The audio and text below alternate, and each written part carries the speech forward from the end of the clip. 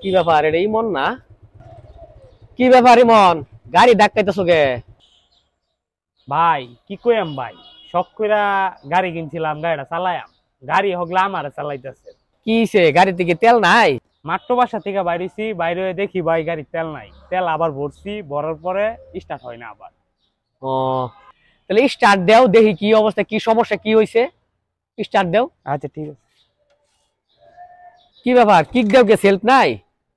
ভাই আমার মোটরটা না সমস্যা ভাই। তো তুমি কি কিনছো? এটা মোটর ডিস্টার্ব, এই ডিস্টার্ব সেই ডিস্টার্ব, সবই ডিস্টার্ব। ভাই আমি পুরান শোরুম থেকে গাড়িটা কিনছিলাম, মনে হয় আমার ঠগাইছে। আমিও তো পুরান শোরুম থেকেই কিনছি।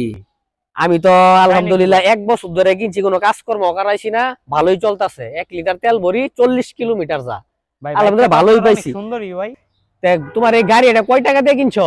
70,000 টাকা দিয়ে কিনছি ভাই। 70,000 টাকা দিয়ে কিনছো তুমি?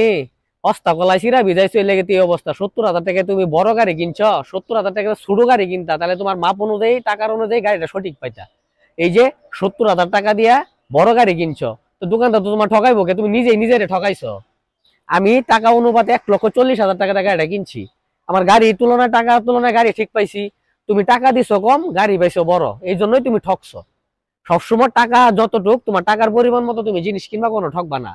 আরেকটা কথা মাথায় রাখবা, ভালো বাইক কখনো সস্তায় বিক্রি হয় না।